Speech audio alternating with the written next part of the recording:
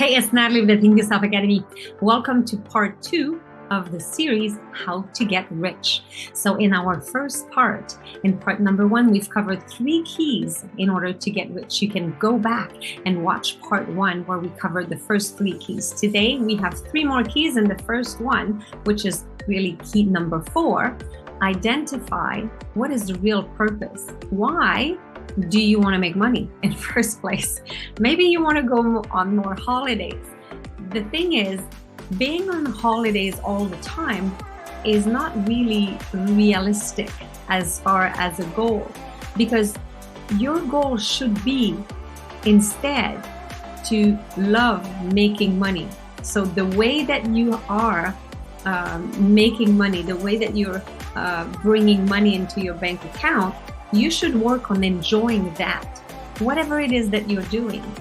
And if what you're doing is really terrible in your opinion, maybe you want to start training yourself and getting the skills in order to get into a different job, because we spend most of our time at work. So the goal of making money should not just be to bring bread onto your table, because having money in a bank account is not interesting for anybody. So find what is the real purpose. What do you really want? Because most people, what they want is they want their family to be okay. They want to provide. They want to be able to go on holidays, maybe, maybe they want to have things, but the things themselves are not really going to cut it, right? So if somebody, for example, has a problem, because people feel that money will bring them a solution to their problem. And if we go back to that Robert Dilts neurological level where I juxtapose my DNA system, if we look at the purpose, which is what we're really working on right now, so the last layer of a person's self is the purpose. Why are we doing all this? Are we wanting to leave a legacy? We want to be there for our family. We want to maybe solve a bigger problem. It's who else are we serving? Now, when we look at purpose, or when we look at these different layers, a lot of people have problems with maybe their identity, and they say, I am not good enough. And they try to fix that problem at the environmental level, purchasing an expensive car or designer shoes. The designer shoes are not going to fix the problem at identity, I'm not good enough, because it's an environmental solution. It's not going to work. So you can't fix at environment a problem that's happening at identity. Just like if I give you a very easy example, somebody that is unhealthy and starts to exercise, right? And then they start trying to eat well as well. Those are behaviors. It's not going to work to counteract a belief that when you gain weight, when you lose weight, you always gain it back, right? So if you have this limiting belief, or if you say, I am fat every day, and that's your identity level, if you keep saying this, you can't fix this problem with a behavior, with exercise and nutrition. It's not gonna work. You need to fix the problem where it is. And if you have a problem in the I am, that you feel you're not good enough, you have to fix it there. So find exactly what it is that you want. And that's how I work with my clients. We always go from what is important to you? Why are we doing all that? And I always start with a value interview. What is really important to you? And from there, we break it down into figuring out, so what is holding you back then? And why don't you have the goal that you are seeking for? Some people will take a humongous amount of courses.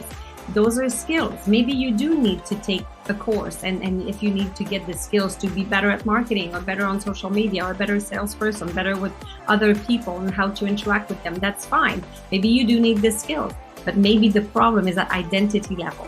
So we need to work where the problem is, and you need to identify what is the real purpose. Once you've identified what's the real purpose, then we get into number 5, the 5th key, which is identify another way to get to that purpose. So is there another way to get to that purpose? So once you've identified that what you really want is you want people to respect you. That's why you were spending so much money on a big house and a big car and designer clothes.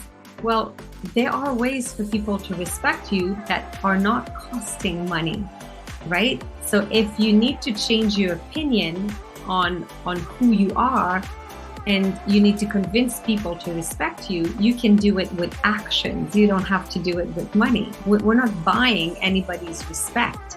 So find out in key number 4, what is the real goal behind all of this? What's really important to you? And then in number 5 is find another way to fulfill the purpose. Just like, as an example, somebody with a really bad habit of smoking. When they take on smoking as a teenager, the goal, the real purpose is they want to feel that they belong. They don't need the cigarette for that. So once you've identified what's the real reason behind this bad habit, then you identify that all you want, or all you wanted when you started this habit, was to belong and feel that you're cool like the other teenagers, right? And now you don't need this anymore because you do belong. You have friends and everything. And number 6, the key number 6 is have a talk with yourself. Once you've done all 5 keys, make a plan and stick with it and say, okay, this is what I'm going to do. I'm going to make more money.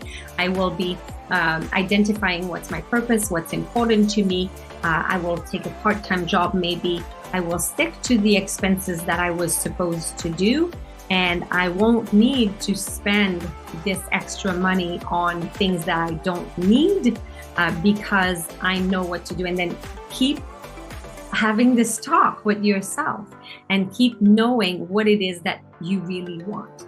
So hopefully you had a good time with the How to Get Rich series. Those are quick 6 keys that you can apply. Go back to watch the part 1 if you have missed it.